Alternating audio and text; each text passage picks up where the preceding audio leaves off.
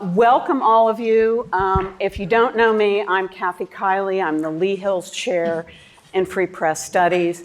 And I want to say that I am really thrilled to see this surge of interest in my Reporting and Writing 1 class. And for all of you newbies, we're going to be sending you your beat assignments later. Why I know why you're all here for real. We are thrilled to have this panel of guests, and we're thrilled to have not only our students from the Reporting, Writing, and 1 class, but also members of our larger journalism community here for this panel of journalism rock stars. Now, when we realized that Maria Ressa, Jorge Ramos, and Gustavo Gorriti would all be on our campus at the same time, we felt we had to have them in conversation about the challenges facing journalists today. And they graciously agreed to add one more thing to their already overcrowded dance cards. We're bringing them here to make a point, and I think they agreed to come here to make a point. All of these people live and work in very different places, yet all have had eerily similar experiences. The experience of the investigators becoming the investigated. The experience of the people's watchdogs being labeled enemies of the people. The experience of truth tellers being maligned by liars. There is a dictator's handbook, and it has gone global. Now, this hour is going to go fast, and I'm sure there's going to be many questions left unanswered. So let me tell you how to get more from these inspiring speakers. Jorge will speak at 11 a.m. at the Ellis Library Auditorium. Very limited seating for that one because my colleague Jeanette Porter's class will be there, and it's very large.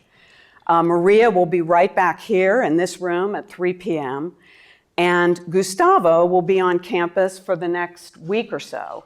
So he'll be speaking to some of our classes and can be available if you want to talk to him afterwards or come see me. Now let me introduce our speakers. I'm going to start with Maria Ressa because, to use her own phrase, she is our canary down the mine shaft. Born in the Philippines, raised in the United States, she is a Jersey girl. Maria returned to her birth country after college with the hope of supporting a nascent democracy movement there. She worked as a broadcast journalist and later as a top executive for the Philippines' largest TV network. In between, she spent years crisscrossing Southeast Asia for CNN, eventually serving as the global news network's Jakarta bureau chief. In 2012, she co-founded an innovative online outlet, Rappler.com, that leveraged social media technology to build audience and, more importantly, community. When dictatorship returned to the Philippines, Rappler called out the extrajudicial killings of people that President Rodrigo Duterte, without evidence or trials, declared drug dealers. Maria became the target of a vicious and deeply gendered online trolling campaign. Online, she was mocked, slandered, threatened with gang rape. In real life, she faced the possibility of lengthy jail terms, and Rappler faced the real prospect of bankruptcy because of a barrage of phony legal charges. In the end, it was Maria's own superpower, journalism, that won the day. Through dogged reporting and a deep network analysis, she and her team at Rappler proved the online attacks were being orchestrated by the Duterte regime. The international community mobilized. For her dogged courage and her refusal to be silenced, Maria Ressa was awarded the Nobel Peace Prize in 2021. And today, former President Rodrigo Duterte is on trial at The Hague for crimes against humanity. Yes, you can applaud.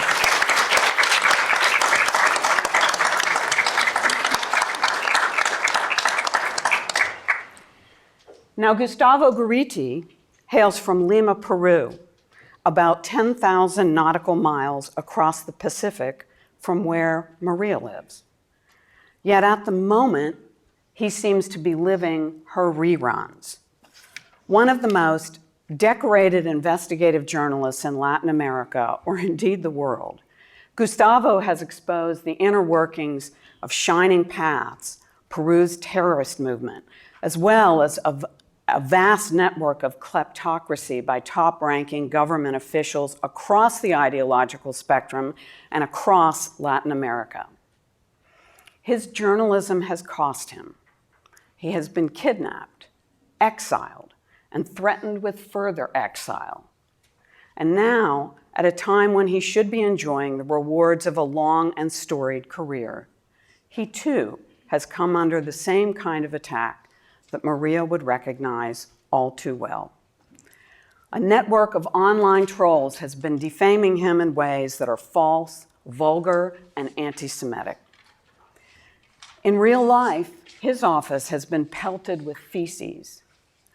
And as in Maria's case, the online smear campaign has been followed up with court cases and potential prison sentences, all threatened by politicians whose corruption Gustavo exposed. Again, the International Committee is mobilizing. Gustavo is here as one of the first fellows of the Knight Foundation's new Journalism Protection Initiative, and I am proud to have nominated him. Jorge Ramos immigrated from Mexico as a young reporter and made the United States his home. He is bilingual and bicultural. At Univision, he became one of the longest-serving television anchors in US history. On English language networks, where he also frequently appears, he has helped reveal and explain the contributions and nuances of this country's fast-growing Hispanic community. He continues to do that online, including on a just-launched father-daughter podcast, The Moment, with Paula Ramos, an accomplished reporter in her own right. I wonder where she learned that. You know, of all the awards and honors that you have been bestowed on through your career, Jorge, I have to think that the sweetest was the way you were honored by your colleagues on your last Univision broadcast. That is true. They applauded you off the set. It was just an extraordinary moment. And yet, despite all those plaudits and all that respect, in 2015, Jorge was forbidden to ask a question at a presidential candidate's press conference. Go back to Univision, Donald Trump said. When the reporter persisted, which we teach all of you to do, Trump ordered his bodyguards to manhandle Jorge out of the press conference. Another canary down the mine shaft, an early sign of how threats to a free press have begun to migrate, even to the home of the free, the brave, and the First Amendment. So let me begin with a question. How would each of you assess the current landscape for the press in the United States, and how is that affecting journalism in other countries? Maria. Yeah. Oh my gosh. So first, how cool is it to be here? Great, no? Yeah. I've said this. It feels like both I have PTSD and deja vu. And it is, I think free speech is becoming a myth, the same way data privacy is in America. And so, and I will say one last thing. It isn't about political parties or sides. It is about facts, right? We're not in Manila, we're in Missouri. But if I say 1 million times on social media that we are in Manila, the rest of the world will believe we're in Manila. So be aware of this. I mean, we all carry one. Is there anyone who doesn't have one? Right? We all carry it. It takes your data. And this is actually, you think you own it, you think you rule it, Well, the other way. We could talk about it more, but I mean, he's lived through it. I'm living through it again. I think by 2023, I thought that the core of the battle for facts, is in the United States, and it has been. Gustavo. Less than a year ago, the Nieman Foundation for Journalism at Harvard University asked a number of former fellows from countries that were in a difficult press freedom situation to send a letter to their American colleagues to tell them what they could expect from the coming government. And it was very interesting. There were letters from Hungary, there were letters from Turkey, there were letters from Peru, and many other places. And it was, in a way, a kind of tarot reading, a reading of the future. What kind of measures would they expect? What could eventually happen? The way it would be presented, the way this information could be disguised as information, and the way it could be done in the face of the technology, the capability of just checking the truth of the fact, and yet how this information would eventually prevail. And a few, if I remember well, also spoke about the problem that cowardly publishers and owners of media, in which way they could react to that. Nobody mentioned among those, because there wasn't even enough material for futurism, the fact that billionaires would be proved to be far more cowardly than millionaires. And that is more or less the situation we're now. There were lessons, a few advice on how to fight back, but in very general terms. But so I would advise you to go back and try to read that and do the checking how many things are current, how many things could be improved, and how many ideas on how to fight back in defense of press freedom you might get. So I left Mexico in 1983 because I didn't want to be a censored journalist. I was censored. My second report, and I'll tell a little bit more about the masterclass. It was completely censored. I quit. I just didn't want to stay in a non-democratic country. So I arrived in the United States, UCLA, I'm sorry. Well, actually, UCLA and the university system gave me the opportunities that my country of origin couldn't give me. And then I had just a few dollars, and I bought a small TV, black and white. And then I was watching the US journalist criticizing President Ronald Reagan, and seriously criticizing him. And guess what? Nothing happened. It was beautiful. I mean, they were not being censored. They could go to the supermarket. They could ride a bike. Nothing happened. And I said, I want to live in this country. And I've been in this country since then. And then it happened. I've been reporting without censorship throughout all my life. And then somebody said that Mexican immigrants were criminals and rapists. I'm a Mexican immigrant, and he was lying. He was not telling the truth. So I sent him a handwritten note to his office, Golden Office in New York. And then instead of returning the letter and saying, no, I won't give you the interview or whatever, he published my letter with my cell phone number in it. So I started getting hundreds and probably thousands of texts and calls, some of them criticizing me, some of them supporting me, some of them asking for jobs, some of them wanted to sing in a program in the same neighborhood where I was working. And then I decided to follow Donald Trump to Dubuque, Iowa. I had never been to Dubuque, Iowa, and I think I'll never be back in Dubuque. And then You're pretty close to Dubuque. Be careful. No, I love Dubuque. It's beautiful. You know what happened? And then what happened? As journalists, you all know, whenever there's a pause, a small pause, you stand up and ask a question. Yeah. No? I mean, you don't ask for anyone just to give you the possibility to ask. And that's what I did. I realized there were not a lot of journalists, so there was a pause. Trump made a pause. I stood up and I asked questions. I was telling him that he was lying, that Mexican immigrants were not criminals, that he couldn't build a 2,000-mile wall. It was impossible. Mexico didn't pay for it, that he couldn't deport 11 million people. But he didn't like the questions. He said, go back to Univision. He really meant go back to Mexico, right?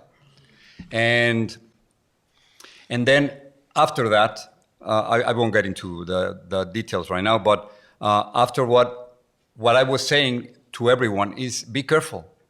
Things are changing. Here there's a candidate who doesn't believe in democracy, who doesn't believe in freedom of the press. And they say, no, Jorge, you no entiendes nada. I mean, you're a foreigner, you're a stranger, you don't understand Trump. This isn't the way it's going to be. And look where we are right now. So I won't extend too much on this, but I think I'm a little more hopeful than Maria. and no sé si con Gustavo. But I still believe that we are not at that turning point yet. I think we as journalists still have the possibility to report and confront those who are in power. That's what we do. I love what the comedians did just a few days ago. There was, I call it the revolt of the comedians. Because in Peru and in Mexico and the Philippines, we use the humor first. Exactly, just to criticize the powerful. Yeah. Because before the conquerors would kill us, and the Aztecs would kill us, and the oligarchs would kill us. So we use humor to survive. So I'm still hopeful that we journalists can be the resistance to tell the truth. You know? So I want to follow up on that with a question of how do you do that? And Maria, you have frequently said, it's like a mantra for you, in a war on facts, journalists must be activists. And Gustavo, you have said journalism must fight for democracy and not have any shame in defending it. So can the three of you talk about what that looks like for each of you in your day-to-day practice as journalists, and how do we square that with the journalist's traditional role of impartial observer? Do we risk compromising our ability to talk to all sides if we seem to take one? I mean, I'll quickly answer. Yeah. So even when I was with CNN, I didn't believe in objective journalism, right? And part of that is because I am a 5'2" Filipino American who replaced a 6'2" white man in covering Southeast Asia. So it was different. Our perspectives are different, starting with our heights. I see things differently because I'm not that tall. I mean, it is you are who you are, and you embrace who you are. So that's the first. I think facts is our shared reality, and we actually have always in the United States. I'm an immigrant like Jorge, and the United States has always been the beacon, right? So how do you do this before I get emotional? So you do it every day. You take it step by step. You will be afraid, but you build your community of action. You start, and again, I say don't make it political, but everything is political nowadays because of the way our public information ecosystem works. Here's the warning for you. In the Philippines, which has a constitution patterned after the United States, three co-equal branches of government, Rodrigo Duterte collapsed those institutions within 6 months of taking office. And I'll say here in America, that happened in the first 100 days. We are just finishing a study right now that looks at what's happened on social media. We pulled out the big data. And the difference is that, like Rodrigo Duterte, when the president is the one controlling what happens in government and the legislature doesn't perform its functions, the rights you lose in that time period don't necessarily come back, right? So and then I'll answer the question. What I mean by that is that each day when you see something around you, in How to Stand Up to a Dictator, the question I asked Filipinos is, what are you willing to sacrifice for the truth? What are you willing to sacrifice? And then some people will say, but everyone's truth is different. That's also true. You sitting behind me, you have a different view from you standing in front of the door. Different views, different perspectives, but both of them are incredibly important and real, right? But the fact remains, you're in the same room and you're seeing different perspectives. And that's always been what the United States was about. So anyway, to respond, finally, long rambling, what you lose now, you have to look at it. Are you going to be able to get it back? It's been almost a decade since Duterte took office. I still don't have my right to travel back. And I've fought 11 criminal charges. I've had 11 arrest warrants. And it's death by 1,000 cuts. You may not feel it immediately, right? But if I don't like Dave and, I let someone else beat him up, and I let someone else beat him up, then it's also my fault when I get beat up and no one is there to kind of help me out when it's unfair, right? So it's person to person, step by step, because reclaiming your rights is significantly harder. Here's the last part. My parents lived in Florida, voted for Donald Trump. In my own family, we're pretty much split, and we still love each other. This isn't about who wins. It isn't a gladiator's battle to the death. We have to coexist in the same environment. And if we let the tech push the violence as far as it's pushing us, then we also lose our humanity. So, sorry, long answer, but the three. Step by step, person to person, because you're being manipulated at the cellular level of a democracy. Second, build communities of action. Third, public interest technology. If you know Mastodon or Matrix or Blue Sky, get off the incredibly manipulative surveillance for profit distribution systems. Well, I think we need to regain credibility. And I think we as journalists, we have two responsibilities. One is to report reality as it is, not as we wish it would be. And our credibility depends on that. So I did a newscast for 38 years, and I made millions of mistakes, I'm sure. But if I made a mistake and we recognize that, then the credibility is still there.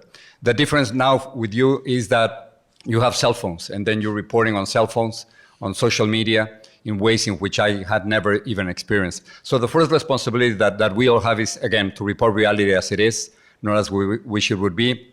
If it's something is red, you say red, 17 people died, you say 17. Facts. Exactly, just stick to the facts. Maybe you have a different perspective, No. but at the end, I believe that a journalist from Philippines, Peru, and Mexico can cover a hurricane, an election, or an accident more or less the same way. Where we are failing is in the second responsibility, that we have to challenge those who are in power. And if we don't challenge those who are in power, we're not doing our job. I believe in being objective, but I don't think we need to be neutral on many situations. I think you have to take a stand and stop being neutral when it comes to corruption, racism, discrimination, violation of human rights, dictatorships, the destruction of the environment. You have to take a stand. And if you don't take a stand, then that's why people don't trust journalists so much nowadays, because we are not doing our job. So stick to the facts, challenge those who are in power, and you might lose your job.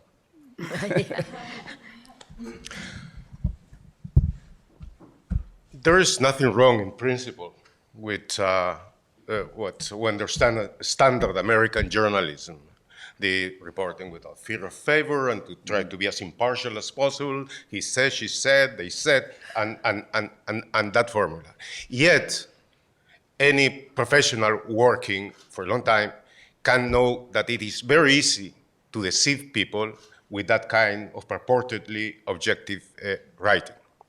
Reality is deeper. Reality is far more complex, often, than that. And then, of course, you have always to take into account the kind of reality in which you are reporting.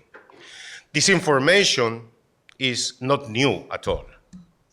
There's been a lot of disinformation. In the 20th century, it became a form of art, especially under the Nazis and the Stalinists as well. So the only thing, of course, that has changed very much is the kind of steroid-like push that new technology has brought to that. Yeah.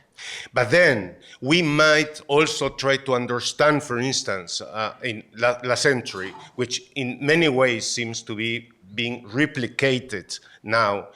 If you stand before different forms of fascism, how do you confront that? With the kind of, I am just doing my job?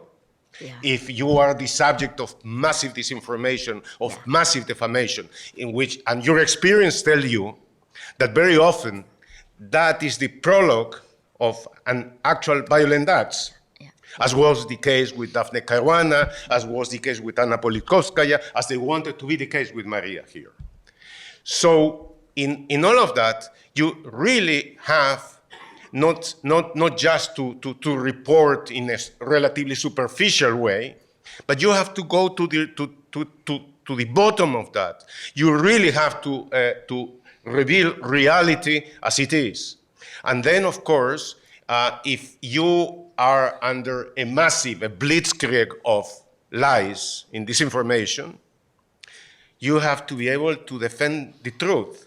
And you usually do that from conditions of marked inferiority. Yes. If you are fighting against all the machinery of corporate and political power, then of course you are just a tiny voice that tries to fight back. But then you need to find the ways to be effective. And at that point, at some point, you will be regarded as being more a fighter than a journalist, but so be it. At some point in life, you really have to fight for the truth of facts to be known. And you really have, at that point, if disinformation comes at you, to be able to investigate this information. So the attacks are a field of investigation itself. And then you must do that with a lot of energy and decision, because the usual position of I am just doing my job is certainly not enough, and is certainly not enough to defend freedom, and is certainly not enough to defend democracy. And we all know that without democracy, journalism, independent journalism, is not possible at all. I'm going to open it up in a minute to questions, but from the audience. But I also want to. I cheated. And I've gotten some questions from my own students. So I'm going to ask one from Lai Yi, who is a student of mine in a course called Confronting Controls on Information. And she asks, and I think this might be an opportunity for you, Maria, to talk about what you're doing in the Philippines. How do you balance using social media to build community while also fighting against the harms and disinformation that those platforms enable? And I know all of you are on social media. Yes. And all of you have been victims of social media. So talk about that. And maybe, Maria, talk about what you're doing in the Philippines, because it's very interesting. Yeah, is anyone here not on social media? We all are. Yeah, and you I'm know, not. you're not. I'm not. You're not. But your news organization is. My news I'm organization, outing you. yes, Okay. myself not. Not X, not Not YouTube? nothing. YouTube? No I would contamination. even call. Okay, so I would say that almost everything you get today, all information, whether it's news or just propaganda coming at you, is mediated, right? It's mediated by tech companies whose main goal is profit. So what we did, Rappler was born in 2012, precisely for Facebook, right? If their search had been better, I probably wouldn't have put up the website. Thank God I did. But from 2012 to 2014, it was incredible, incredibly empowering. Part of the reason the Philippines for 6 years in a row Filipinos spent the most time online and on social media globally until 2021, right? And part of that was because I went to colleges and universities and said, this is incredible. This is empowering. You know, I had spent most of my career fighting corruption. That's every story that you go to always comes down to this is the power of myth, right? That they're archetypal stories that you always do, but it always comes down to follow the money, to corruption. And I thought that it would be incredible. Anyway, we did that until 2014. Then 2014 was when we, news organizations, lost our gatekeeping powers to tech. And at that point, I think that's when you began to see the commodification of news, the commodification of human beings, right? Where we get translated into data. When I mean the commodification of news, BuzzFeed, for example, came around in those days and age where it's all about clickbait. It's getting you to, capturing your attention. We followed this all the way through. During that time period, we used the tech for incredible stuff like climate change, disaster risk reduction. The Philippines had an average of 20 typhoons every year. And we used our website and the tech. At that point, it was still safe on Twitter to geotag your location. So we were able to rescue our Red Cross. We pulled together. It was crowdsourcing on a massive scale for good. By 2014, it began to end. And 2016 was when the political dominoes began to fall. Duterte elected in May in the Philippines. Then you had all the way through Donald Trump 1.0 was November, but came all the way through, the political dominoes fell. And that's when the attacks began. 2016, I was getting an average of 90 hate messages per hour. 90 per hour, right? That isn't normal. And for the platforms to say, well, just report it, which is what they did. There aren't enough hours in the day to report 90 hate messages per hour. So what we did 3 years ago was when I began to realize that this is not the only vision you can have for technology. So we began to think of radical collaboration. What does that look like? How can we bring back a shared reality? And we began to build, I looked at what's the tech available? And there's something called a matrix protocol. Blue Sky is on an AT protocol, but matrix protocol is used by France and Germany.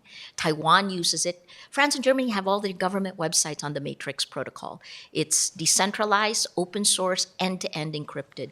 Meaning if you are a woman, because, this is what's happened online, right? The three parts. If you are marginalized in the real world, right? You're a woman, LGBTQ+. If you're brown, black, if you're an ethnic minority, you're further marginalized online. It's in the coded bias. So one of the things this does is automatically, you're not. We go back. And when we rolled this out December of 2023, and just this weekend, Kathy is pointing, we rolled in about 60 news organizations onto the Matrix Protocol chat app.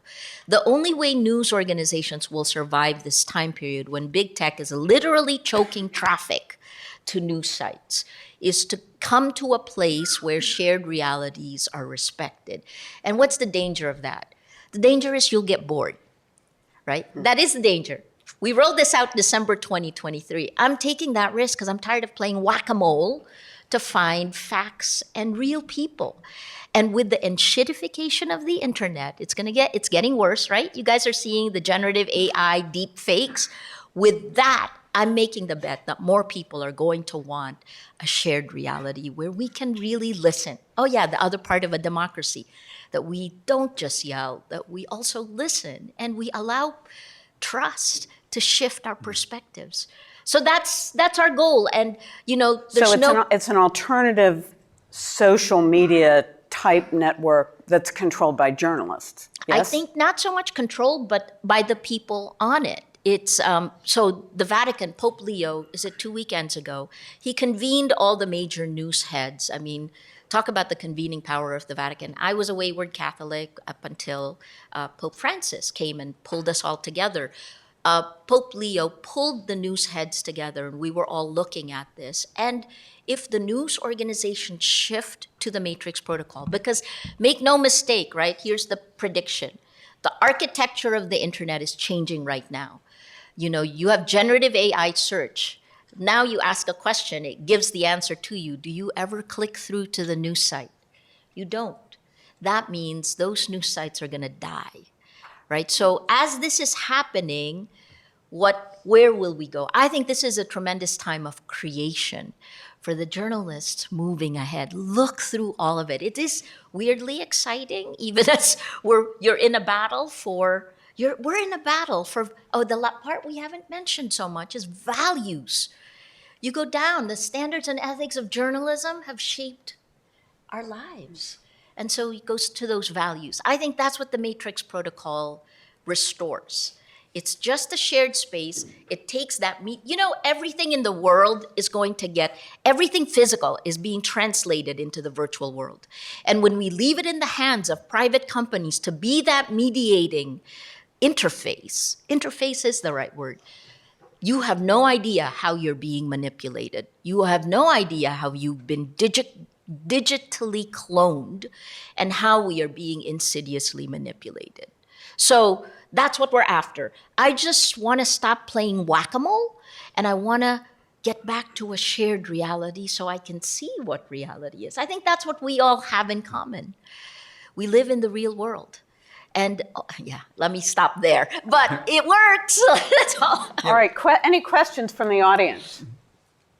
Questions? Yes, in the back. So I'm working on a research project right now about this remote area in Alaska. They have one public radio station that's their sole form of local news, as one reporter. And I've been talking to community members about how does journalism play a role in your communities.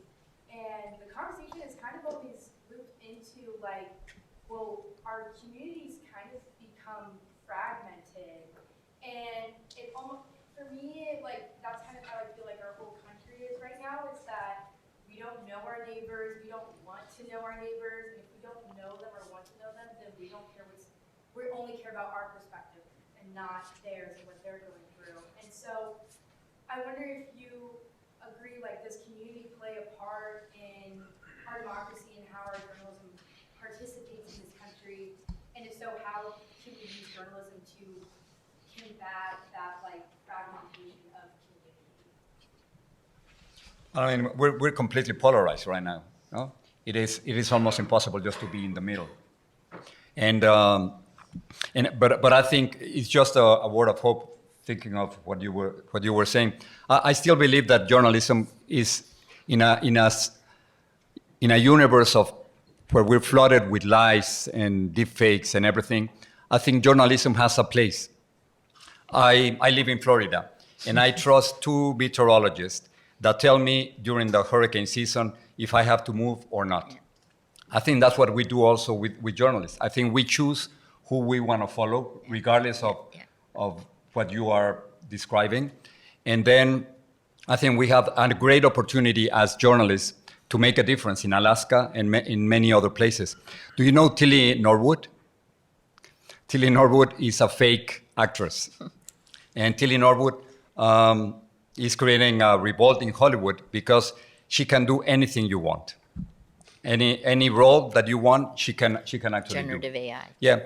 I'm sure it has happened to you and to yeah. you, Gustavo, even though you don't follow X or Instagram. I have my own No, but avatar. That's why have been Gustavo's cloned. so well I have read. been cloned. I don't know if my clone. Well, he has been cloned. Yes. A few months ago, I was supposed to have diabetes. Fortunately, I don't. But then I was promoting my medicine to cure diabetes. Yeah. And then they asked for I was supposedly asking people to give me their bank accounts so I can send them, or through the government, $15,000. So at some point, we, with the attorneys, we stopped doing that because it is clearly impossible. But again, in a world in which everything's flooded with lies and deepfakes, I think journalism has a role, and precisely is the idea of credibility, going back and forth once, again and again, that will make the difference.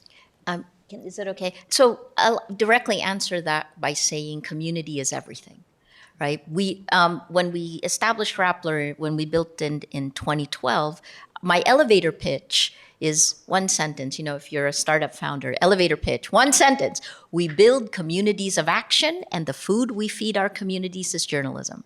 And that was before this thing got really bad. And without our communities, I think I might be in jail. I mean, Kathy, weirdly enough, is part of our community, right? And that's part of the reason I'm here. But when things were really, really bad, I didn't know whether I would be arrested and then disappear the next day. We moved out of the virtual world and began convenings like this, and our community, they were afraid because fear is real, but they not only stood behind us, they gave us the tips, but they also crowdfunded us. You know, I had 11 arrest warrants, and every time I got arrested, there would be a spike of crowdfunding, and my sales team would be so happy, but I kept telling them, this is not a sustainable business model, right? So community is everything, and everything we do is for community. Build communities of action. That's the purpose of journalism. And why are we calling it journalism? Because we live in facts, because we have a set of standards and ethics, because we're willing to go to jail to challenge the person in power who may or may not be corrupt, oftentimes corrupt, because what we're seeing is the rise of kleptocracy globally. VDEM said, this is March this year, 72% of the world is now under authoritarian rule. 72%. We are electing illiberal leaders democratically. And so we've been through this before, but never through what you are living through right now. And so that goes back to your ties to each other. One last thing with community, right? Yuval Harari has this great book, it's called Nexus. He says that stories, this goes back to our storytelling, stories unite communities, and they don't have to be true, right? And we're seeing that when the distribution system spreads lies faster than reality, then you create this. Last point on tech, right? There's a basic foundational principle of personalization, because this was originally built for sales and advertising, right? For marketing. And so the concept that at the beginning, you know, you look for sneakers and sneakers will follow you around for 2 weeks. That was at the very beginning. And we didn't think about it. But imagine if personalization is all about giving you a view of reality. You have your own personalized reality, and you're going to be so good at it because you'll only get what you want to get. If every one of us had a personalized reality, this would be an insane asylum. Literally, that is the world we're living in today, right? So be aware, because Gen Z, who's Gen Z in the room? Because the battle is really yours, right? It's your battle for meaning.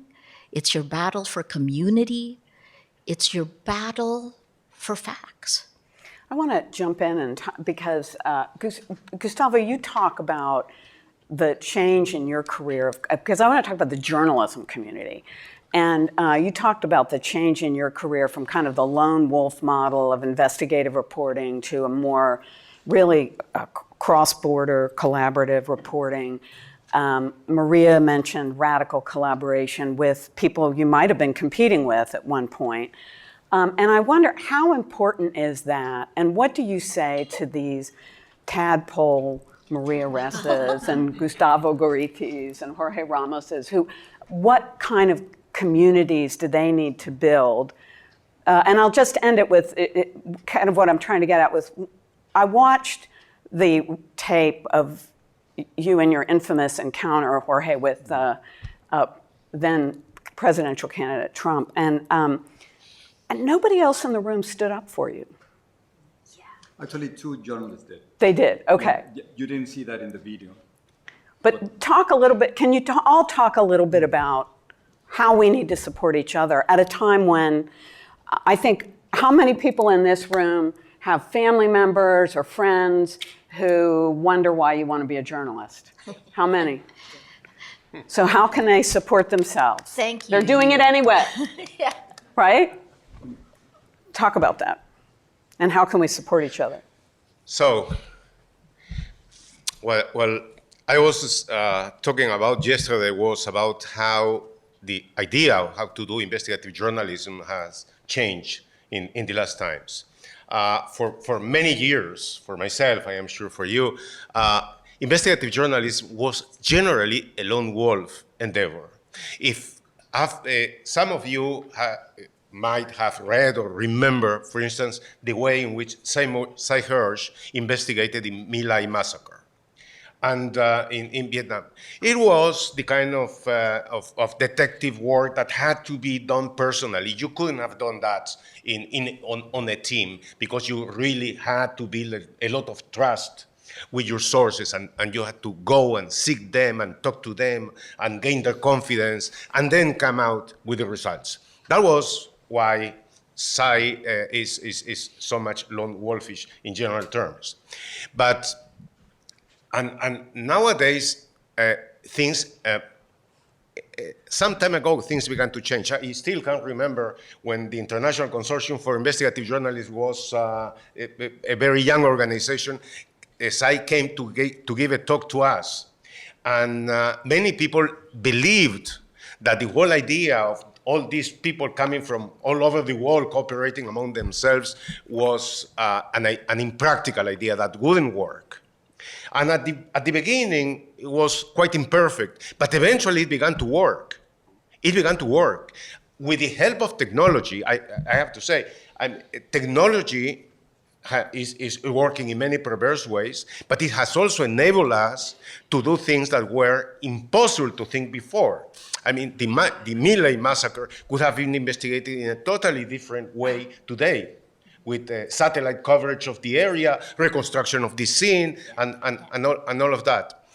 So eventually, it began to take shape, and we did international, with the ICIJ mostly, investigations that were just impossible to think about before. Investigations that required massive data crunching all across the world, with people capable of understanding and interpreting that data in each country, those that were participating in that. And that's because feats of investigative reporting that no newspaper, no single media publication could do, were able to be carried out and to be done. The Panama Papers, among many others. So at this point, also the kind of forensic investigative journalism that we can do in a collaborative way has grown tremendously and give us a very different sense also of a global community. We still, journalists are competitive by nature. I mean, and I would suspect very much a journalist that couldn't feel very competitive. But we have understood that collaboration and competitiveness are not mutually exclusive. So we can do both at the same time. And in doing that, even small outlets or relatively small outlets gain a lot of traction, a lot of strength. We can do the kind of journalism that was impossible before. And because of that, we can produce results which are far more hard-hitting than they were before. And when we have to come and to fight disinformation, and we have to come and to fight despots, perhaps that kind of investigative collaboration is more important than ever. So, and about also the balkanized communities, that sense that we get from the use of, yes, these are about the facts that journalism should be concerned about and should be fighting about. As Maria said, we are, well, essentially storytellers. And we have to we have to be able to give the most interesting stories that have to be completely real and all of that. And we have to do that with the finest art of storytelling, which runs against the grain of the use of many of the internet now, who have impoverished language skills, who have impoverished attention spans, that if you ask them to read, for instance, Tolstoy's War and Peace, they would regard it as a form of torture, and all of that, whose lexicology is really limited. So these are some of the things that we must fight against. We have to give the people the gift of not to being solipsistic in their small and happy lives, but to be open and use technology also to be open, use technology also to do that. And believe me, just try to shrink the time that you spend on your social media and try to read Tolstoy instead. Actually, not. Maybe I think we are scaring you into being journalists. You don't. Actually, you don't have to topple dictators all the time. All the time, not all the time. Yeah, I mean, at some point, but especially when you're beginning, you have an incredible opportunity. Of course, this is the monster, but this is also the magician. I grew up into believing that I wanted to be Peter Jennings, or Tom Brokaw, or Dan Rather, or Diane Sawyer, or Barbara Walters. And fortunately, you don't have to wait. Fortunately, you don't have to wait as we did. You're the first generation in which you handle technology much better than we do. And you can choose whatever you want to do. You don't have to wait for a local television station to hire you anymore. This is your television station. This is your network. And then Sandra Cisneros, the Mexican-American writer, the House of Mango Street, she likes to say that you have to write and publish whatever is completely unique to you. That story, we're storytellers, we're content creators, but tell that story that you are the only one who can tell. And that makes a whole difference. Just a couple of hours ago, we were talking about Bad Bunny and someone who wanted to be a musician and a journalist at the same time. Well, that's a completely new angle. Bad Bunny has great, beautiful things. I mean, he's promoting independence in Puerto Rico. He doesn't want to take his concert to the state because of ICE raids. He's going to be at the Super Bowl, and he won't speak a word of English. If that's what you like, do it. I think journalism has many different possibilities, not these two great journalists that are toppling dictators, but there are many other things that we need to do just to create communities. Absolutely.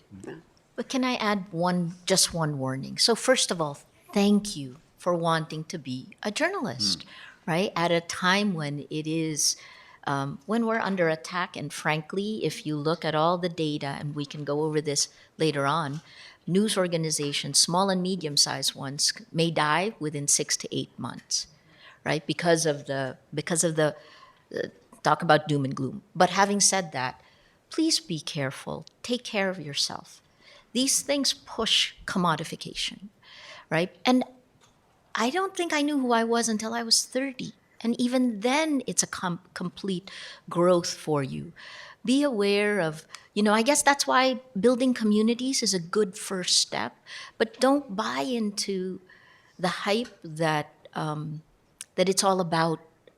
Sorry, when I left high school and the popularity contest, I was really happy because I'm a nerd.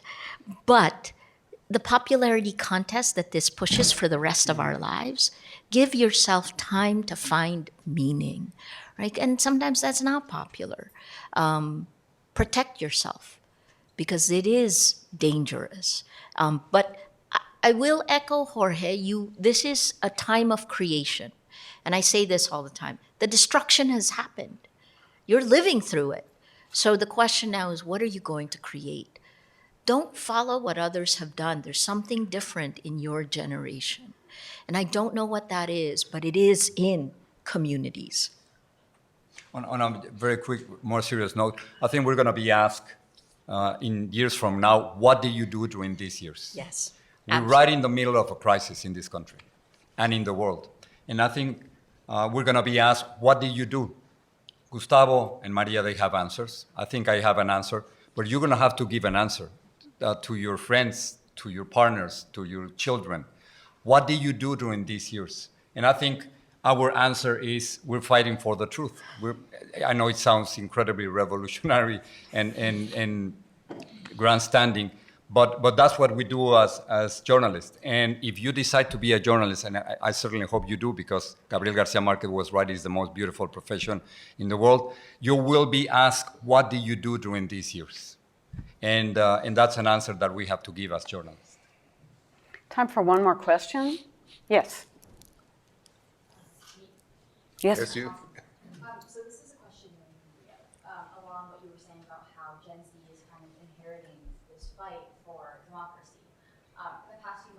seen like these anti-corruption movements arising in Nepal, Indonesia, and more recently the Philippines. Yeah. And the phenomenon that's happening is that these movements are being organized on social media through things like Discord, TikTok. And I was kind of curious about your perspective on like what this trend shows for future democracy and how it shows our generation taking that fight into our own hands. Yeah, so I'll speak specifically of the Philippines, right? But in the Philippines, this was triggered by journalism, by the president, the second Marcos, right? This is the son of our former dictator who was ousted in a people power revolt in 1986. He released a list of 15 contractors and challenged investigative journalists. And we took that challenge. And since then, our Speaker of the House has resigned, another House representative, all connected to Marcos, right? And so and it has brought people out in the streets. The reason Marcos did not come to the UN is because the protests happened that weekend.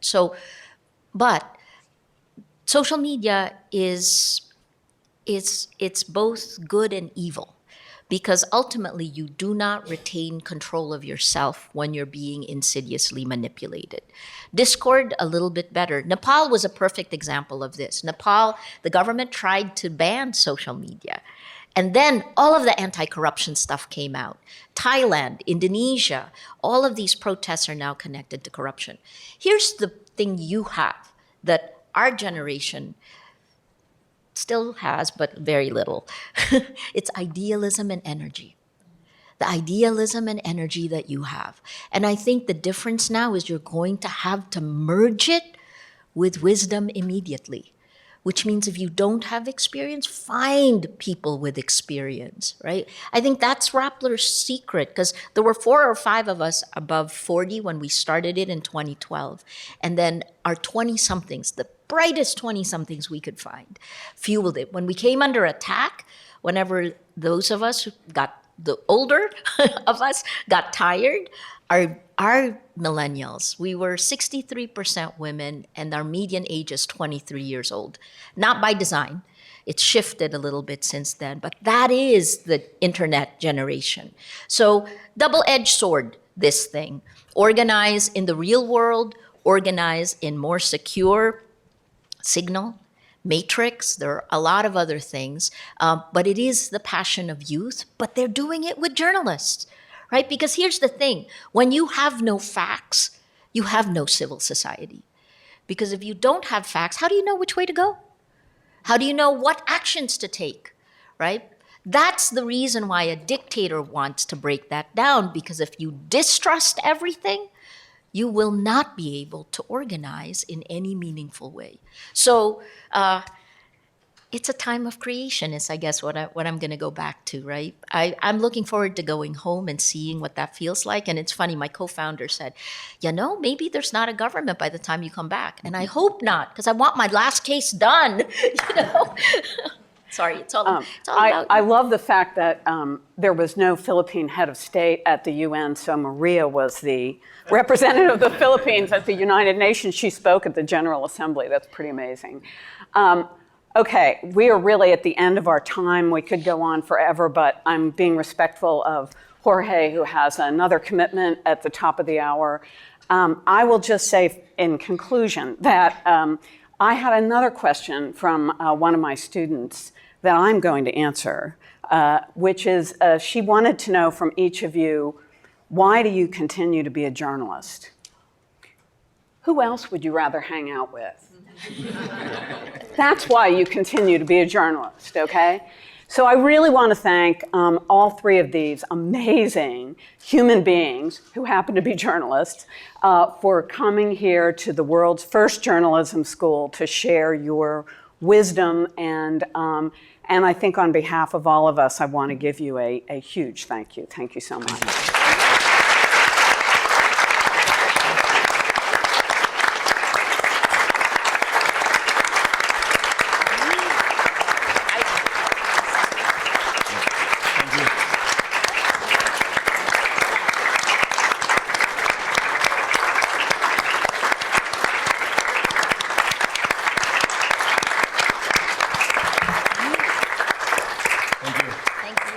Thank you so much. Thank you.